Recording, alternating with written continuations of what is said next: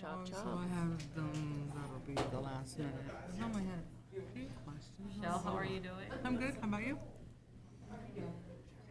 Keeping busy. And we are. Huh? Good afternoon. Just acknowledging that we are on the air.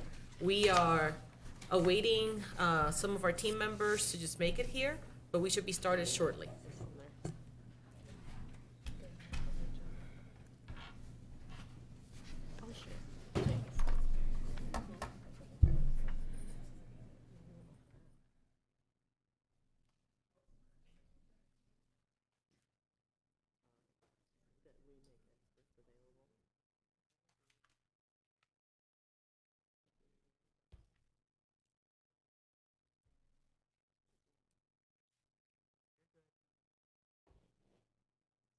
It's okay.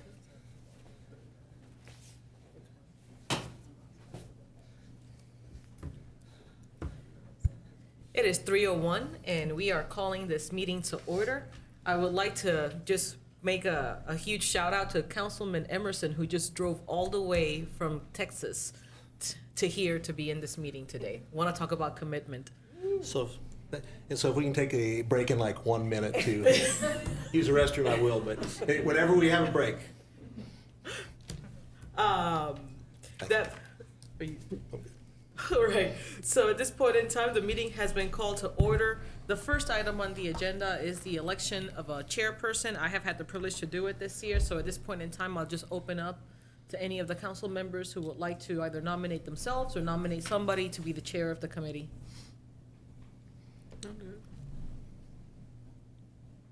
Is that a formal nomination? Yes, I nominate me. Is there a second? I second that. Thank you. With that, all those in favor say aye. Aye. All opposed, same sign. Madam Chair. Oh, like right now? Would you like me to Okay. run this meeting and then you could run the Yes, next one? please. Okay.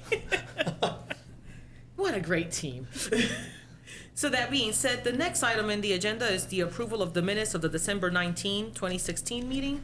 Has the committee been able to evaluate those minutes? I move to approve. I did look through them, but I was not here for the meeting, so Okay, I don't know what the appropriate thing to do here is. it's okay. You could still, if you read them and you don't I see did. any challenges with them, you could second them. Well, I will second that then. Okay, all in favor say aye of approving the minutes. Aye. All opposed, same sign. All right. Now, the discussion for the qualifications of the grant panel professionals. If everybody recalls, in the last meeting that we had, it was discussed that we wanted to ensure that the grantees had an opportunity to have a panel of individuals that did have experience with grants. There were some concerns raised by the committee with regards to the qualifications of the individuals that have been evaluating the grants in the past. And there was some desire to have a group of individuals that was separate from advisors, that organizations that were applying for grants were also being consulting. So the committee then made a recommendation to talk about the qualifications, so that rather than every year the committee bringing in a vote, we wanted to make sure that we had policy with regards to what are the qualifications that we wanted to have for the individuals that were reviewing these grants. And at this point in time, once we are completed with our comments, I would also like to see if the grantee organizations have some comments on some of the qualifications that you would like to see on the individuals that are going to be evaluating your grants as well. So that being said, would anybody like to start with some of the qualifications, or if staff has something that they would like to provide to us? Well, staff provided you guys a list of potential reviewers from the priority areas of your funding, so housing, health and mental health, youth and aging, and then language services. And then we have a couple others that don't really fit into those four categories, but they potentially, we could contact them. So we focused on people. Okay, Councilwoman Clear. It was my concern that the people that look at these grants know what they're looking for. I was concerned that I can write a grant, but if I read one about digging for fossils, I'd have no idea what I'm looking for. So I thought it was important that we have someone from health and mental health actually looking at the health and mental health grants, so they know what they're looking for and know if it's okay. And that's what we had discussed. And in my feedback, I really feel personally, the way that the grants are written, they are so clear with regards to what the outcomes are supposed to be, which was one of the main forces for the committee to be developed, to ensure that all of the grantees were able to provide a description of what they were trying to accomplish for the community, that the expertise itself on what the areas are would not be as strong as maybe having the ability to take a look at what they're saying. Does it match what the city has outlined as a goal? And the most important thing, because it's the heaviest weighted part, is for the individuals that are looking at the outcomes to see if they have met what they said they were, because it's almost like a contract. But I think anybody can do that. But I think it's more important, okay, so they have an outcome and someone in housing goes, you know, in my experience, that is not a good outcome. That is not gonna be met. We don't need that. I mean, I don't know. I just think it was important to have, I would not want to be an evaluator for a grant that I knew nothing about. I would just be, well, yep, they wrote a good grant. That's all I'd be basing it on, and not experience in the area. Councilman Emerson, do you have any questions with regards to the discussion? No, I guess, Mrs. Clear, so your kind of your statement is that you're not necessarily a subject matter expert in the particular grant or something, and you therefore think that the outcomes, you can't judge whether the outcomes are outcomes that are necessarily a good outcome. And I know myself, I kind of feel the same way. I don't know that I necessarily know, but in talking, this is the first time I've served on this panel, but what I understand is that we would have a committee that would be either generalist in some of these areas or maybe has specific knowledge. And I guess the thought is, what made me feel better about it was, you know, kind of the pool of knowledge. If there was a committee looking over, if someone was, you know, not necessarily someone else in the committee, hopefully would have a little more expertise in that area. And Well, except, how do you ensure that? Last year you had, what, 2 or 3? 3, and they were from the medical field. 2 or 3 committee members. There were 3. Yeah, that was it. And they I were- don't they think were that's fair. Selected by the, Right, I Yeah. know. And I think we need to get something in policy, like you said, And- so we don't have to go through this every year.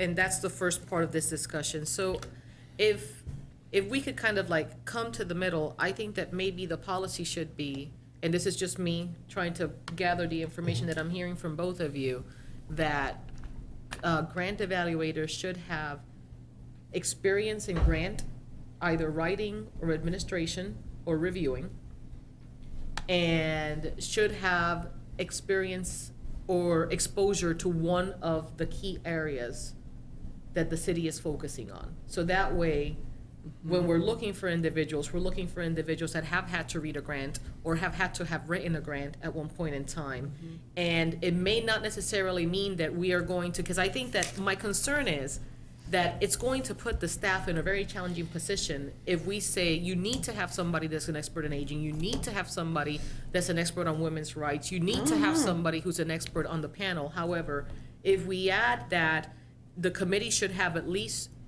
2 or 3 areas, a diversity of expertise, of having at least 3 of the focus areas for the city, at least that allows a diversity. It narrows down where the experience of those individuals has to be from, so that you don't have, like you said, a whole bunch of doctors reading things that maybe they have no experience on housing, on mental health, on youth. But they also, the most important thing is having that experience with the grant language. Is that more comfortable? Well, what were you envisioning? How many people not who, but how many people? so 5 would be our recommendation. 2 of those would be standing staff positions. Rochelle does the administration of those grants throughout the year, so it's key that she be there because she provides the report out on whether or not they've met those outcomes for the year and timely reporting and all of that real administrative type stuff that the reviewers will need to know. We'd also like to include the city's senior staff, or senior grant writer, Sheena Smith, because she has a wealth of knowledge and experience in the grant world. So that leaves you 3 positions. I think if you get much bigger than 5, it's going to be challenging to reach a consensus, as well as for us to recruit folks to be a part of that. But isn't Rochelle, aren't you involved from like step 1? Mm-hmm. I don't know if she should be a reviewer. She's not a reviewer. She Okay, sits who on are the the panel. reviewers? How many reviewers? She would sit on the panel to provide information about the performance of the grantees throughout the Okay. prior year. That's her role. But how many And- actual looking at the, One other thing is that there is a section or 2 where the score is based on their past performance. So staff does score that area, to be clear. But then, right, we'd have Sheena and then the 3 additional community members. so you have 4 reviewers plus a staff, just to provide information, except for the scoring. That's technical based on performance from the prior year. How does the body feel about that? Well, so we got this list, and so every area, so basically we need 3 people in each area. And are these the areas? No. The idea would be for us, this is a list of individuals who have experience in each of these areas. Okay. So the body would then approve after this vote that we determine if this is the right number of individuals, if this is the expertise that we want them to have. So if we decide on the policy, which is the number of individuals that would be on the committee and the qualifications of the individuals reviewing the grant, then we would look at the list that we have in front of us, Okay. which is individuals who meet the criteria of having some grant experience, and in addition to that, they're subject matter experts in these areas. Okay. So then staff would have the ability to reach out to these individuals and see if they could form a committee of 3. But they have some sort of experience in the areas, which is one of the desires of the committee. Well, what if you wrote a language services grant and you get a housing, mental health, and youth, and no one knows about your grant? You still have the grant experience, which is the really core part, because I don't think so. I have grant experience, but I could not Okay. review a grant outside of my, Sheena, would you like to make a comment? If you could please come to the podium and introduce yourself. And in the meantime, could I ask real quick, Madam Chair? I guess we're both Madam Chairs right now, but would it be possible to have 4 people from this list? And then Sheena, and, I mean, so you'd have 6 on the committee, and the reason I'm saying, then there'd be 5 voting members, so otherwise you're gonna have 4, and you could be That's allowed fine. 2 and 2. And the odd number is a great idea. That was kind of our intent. Sheena. Thank you. I'm Sheena Smith, and I'm the senior grant writer for the city. And I just wanted to talk a little bit about the discussion that we're having.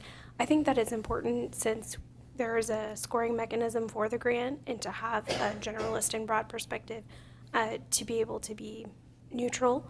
And also, I just wanted to let you know that I have a background in health policy and mental health as well.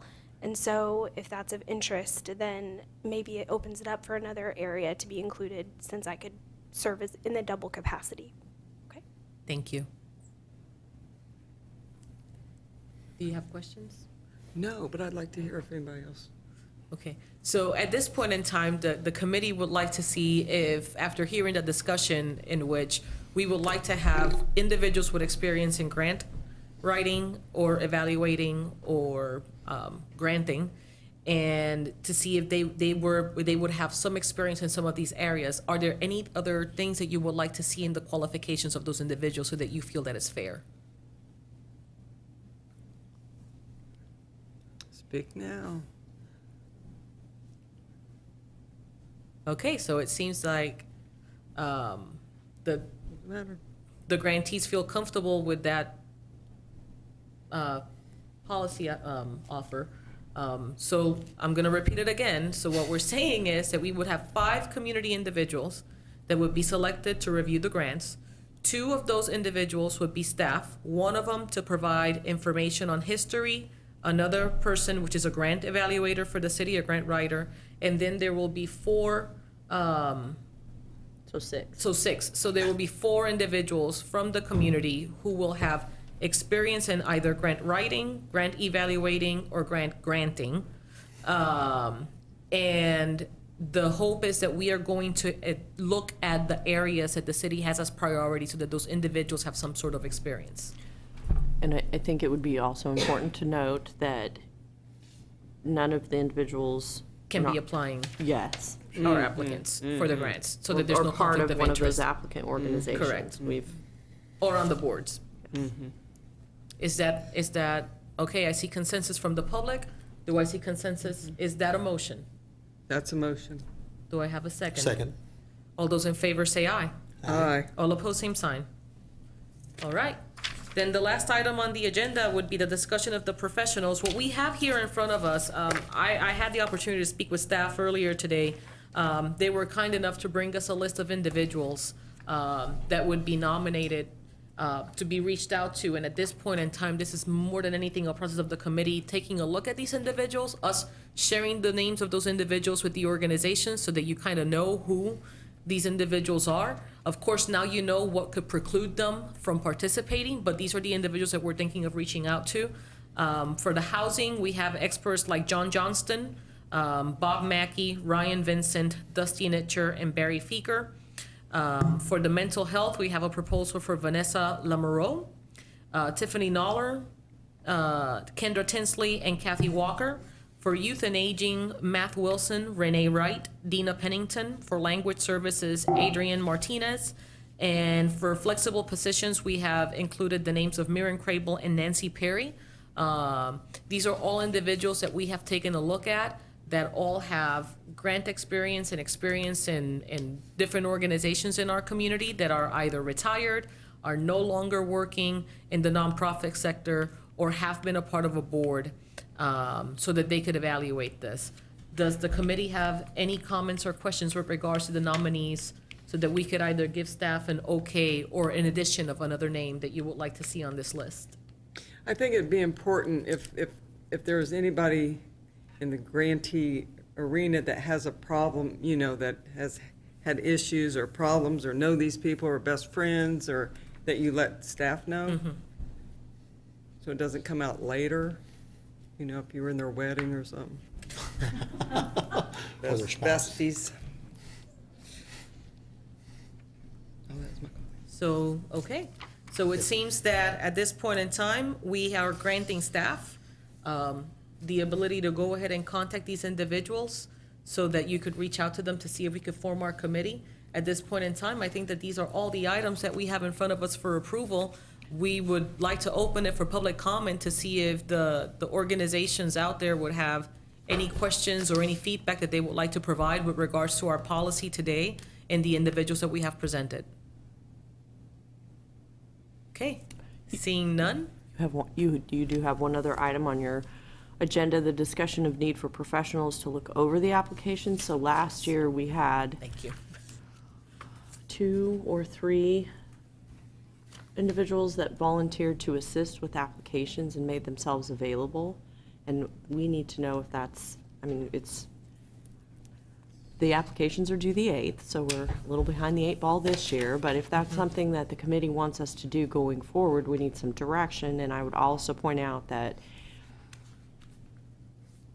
we may need to consider, I don't know if that would be something where we'd need to compensate folks for that responsibility, or, I You mean, see- that's something for discussion for And you guys just to for, think for about. discussion purposes, I can tell you that it concerns me because in the past, and I'll just share experience from being on the committee for a while, we've had organizations that have shared information and talked to professionals to evaluate their grant, and the grants were not satisfactory later on, and it put the professional in a really hard predicament. Okay. So I would not like to have, I would much rather see the relationship develop between staff, because staff is not evaluating these grants anymore. And that's one of the beauties of having a panel of professionals evaluate the grants, so that Corey and you are resources to the grantees, and that way they could have, if they have a question with regards to the grant, they could go directly to you guys before they submit it. But putting a professional in the community in the position of saying, hey, I showed you my grant and I failed, it was because you didn't do this right, I don't think it's putting our professionals in a position of success. That's fine. We just need direction on that, if you guys want it or Can not. you explain, what is the, I don't understand the difference. Well, So I wasn't here a whole year. So the last cycle, not only was there a panel of external individuals evaluating the grants, but there was also a group of individuals that the organizations were able to go to that were professionals in the grant arena to say, yes. I agree with you. To say, could you evaluate and help me with my grant, look at my grant and, what could be better? Because the whole heart of it was, let's give you resources so that you can have a successful grant. But I think that what ends up happening is, let's say that, technically your grant was written in an adequate way, but let's say that you don't meet the outcomes of the request, or you don't meet, one of the things and you have a history of your outcomes are not met, your grant is still not gonna score. And what I don't wanna have is one of our community leaders be put in the position in which they're going to be supporting an organization, and what if Right. the grant doesn't pass? You're putting them in a really difficult predicament. So it would be my recommendation to the committee that we don't have that group this year. That's fine. So they could still avail themselves of a professional and helping them. Absolutely, just but we not just wouldn't be recommended by the providing. city, Right, correct. Sure, that makes sense. If I may. I'm concerned that staff, Rochelle and I are not experts in outcomes. And just like if they were to come to the expert and get advice and their application not be good, and they'd be mad at them, they would also be mad at us if we gave them advice and they didn't do well on the application. So I think that we could provide the technical expertise as far as the application itself, but not writing outcomes and things. Oh, That's absolutely. things that they need to do with Oh, I think that's up to the agency. They have to find their Absolutely. own help. Okay, as long as we're clear, I just wanted to make sure Absolutely. that was. And if we find that maybe next year there were some questions, because I know that this all came about because we changed the model and the way that we were awarding grants. So if there were to be a general group that all of the organizations that are applying seem a significant impact because they did not present their outcomes, maybe next year we consider having like a class or working with an organization that provides education on how to do outcomes as a resource just to the nonprofit community overall. But I find it very dangerous that as a grantee, we are providing training to our as grant giver, as a grantor, we would be providing training to our grantees with community professionals. Because that would almost mean like we're ensuring them, hey, you haven't, we're gonna give you an insight, and I don't think that that's fair. I agree. I agree. Okay. So now, are there any other items for the committee? Seeing none, staff? Yes, wanted to make sure that everybody knew that tonight at Noto, we're going to have an awesome event. If you love the game of Monopoly and you want to play around with fake money and you want to tell us what to do with the money of the city, this is your chance. Go to Noto, see some art, have some wine, and participate. So today you're going to have budget. You're going to have a chance to go ahead and make votes with regards to what areas you would like the city to have priorities in. So not only am I encouraging all of you to go out and celebrate your arts district in the city of Topeka, but do me a favor and please go and check out Allie and Nikki Lee, who have worked so hard with all of the city staff to make sure that you guys have a great event and that you're informed about the budget. So make sure that your voices are heard. Staff will be there from 5:30 to 7. Thank you. 5:30 to 7, staff will be there. So, now that being said, it's been my privilege to serve as the chair. I know that Madam Clear will do a great job this year. The meeting is adjourned. Good deal.